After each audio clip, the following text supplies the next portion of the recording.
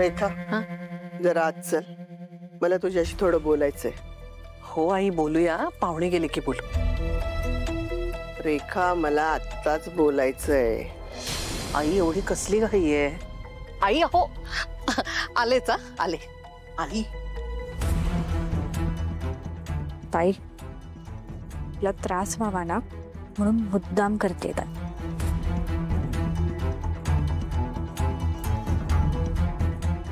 आमचा प्रदीप पण जरा लाजराच आहे. अरे लाजतोस काय, जरा बघ एकदा मुलीकडे.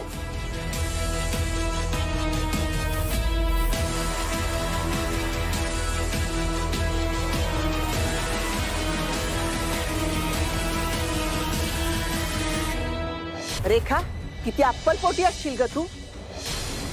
माझ्या तारिणीसाठी आलेलं चांगल्या घरातलं स्थळ तू निशीसाठी फिरवलंच आणि आता हे ध्यान घेऊन आले तिच्यासाठी. कुठल्या जन्माचं वैर साधतेस ग? हा, तुझ्या पोटची मुलगी नसली तरी तारिणी तुला आईचाच मान देते ना. हा, अरे तुझ्या शब्दाखातर ती लग्नाला तयार झाली आणि तू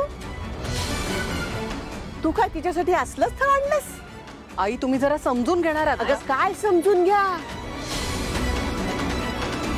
आई काय रे माधवा? अरे आई जरा हळू. अरे तारिणी तिची जरी रक्ताची मुलगी नसली तरी तुझी रक्ताची मुलगी आहे ना रे. हा, असं स्थळ आणलं तिच्यासाठी? अगं आई मला सुद्धा माहित नव्हतं की हा असा मुलगा आहे म्हणून. ते रेखा तू मला सुद्धा अंधारात ठेवलंस. मला लाज कशी वाटत नाही रे? माझ्या सोन्यासारख्या नातीला हे असलं म्हातारं स्थळ आणलं तुम्ही. आई अगं ते बाहेर आहे, जरा हळू. म्हणे हळू.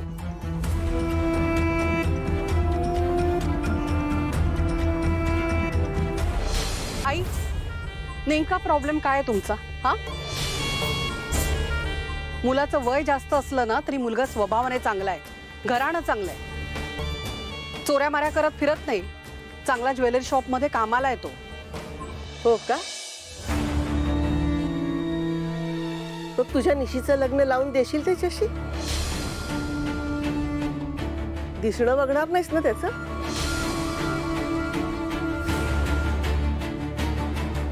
नुसता दिसण्यावर संसार होत नाही आई. मी केलं ना यांच्याशी लग्न. अहो झाला ना आपला संसार, 2 मुली झाल्यात. पण तुझ्यात आणि माझ्या तारिणीत खूप फरक आहे. काय इथे बोलत बसलाय? तिकडे तारिणीने मुलाला पसंत केलंय, दोघं बाहेर बोलायला गेलेत. चला आपण पटपट पुढचं ठरवू म्हणजे निशीच्या लग्नाला मोकळे आपण. तुमच्या मनात कितीही आनंदाच्या उकळ्या फुटत असल्या ना तरी एक गोष्ट सगळ्यांनी लक्षात ठेवायची.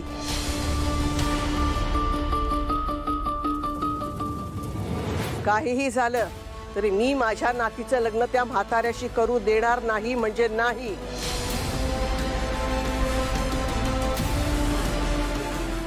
आणि हा सुमित्रा बेलसरेचा शब्द आहे, हे लक्षात ठेवायचं सगळ्यांनी.